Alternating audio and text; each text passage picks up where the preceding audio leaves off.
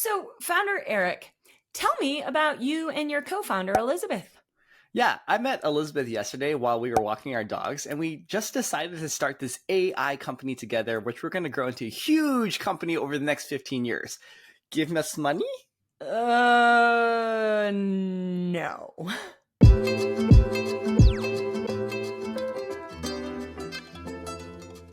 In the next 5 episodes, we are going to do a deep dive on the 5 key pillars that every founder needs to communicate well in their early pitches to VCs. These pillars include team, problem, solution, market, and traction.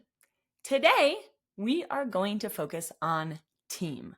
As an early stage VC at Hustle Fund, I have to say that team is by far the most important pillar that I look at in assessing whether we want to fund a company. Janelle, what do you think was the problem with the fake example in the opener just now? Okay, this isn't a universal rule of thumb, but generally VCs want to see co-founders having some history of working together. They don't want a marriage of convenience where the founders just met randomly recently and have decided to start a company together. That's right. And by the way, if you're a solo founder, then the concern about these co-founders isn't really relevant for you, but co-founding teams are much more common in our industry. When co-founders start working together, there is a level of trust that needs to be present that is almost sibling-like. Co-founders are going to be seen and engaging with each other oftentimes more than they even see their own partners, kids, and families. It's an intense relationship, and if it hasn't been stress tested before, then there is a lot of risk that the company can break up later.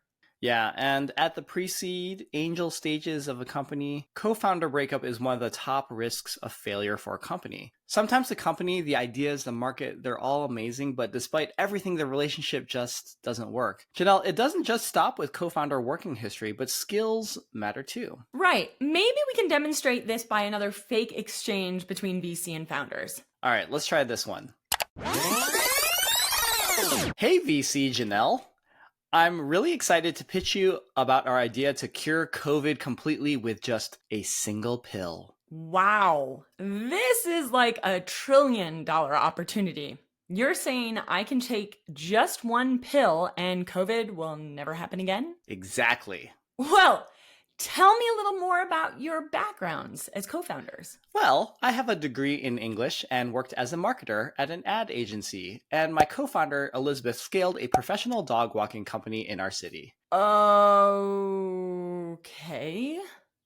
The problem with the example above is that while the idea is super exciting, this team has no relevant background whatsoever for solving the given problem in the given market. This is a really important point when it comes to team. There needs to be evidence that previous backgrounds or experiences contribute to this team being able to solve a problem uniquely. Let's do the same conversation again, but when I ask Eric about the team background, he will have a better response.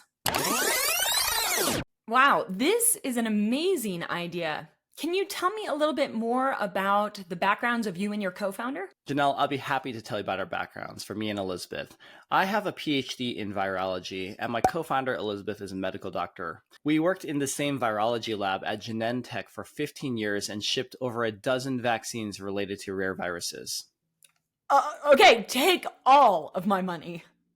All right, so that is an extreme example of a perfectly relevant background for the co-founders in this case. But hopefully Uncapped Notes viewers are getting the point here. And that point is that if you wish to make the case that your team is perfect for the startup you are creating, the history of the relationship and relevant skills must be communicated well. So now you have a sense of what an early stage venture capitalist will be looking for when it comes to validating a team. So be sure to like and subscribe to Uncapped Notes because we will continue this series by covering problem, solution, market, and traction in the upcoming 4 episodes. So you can be perfectly prepared for your upcoming VC pitch.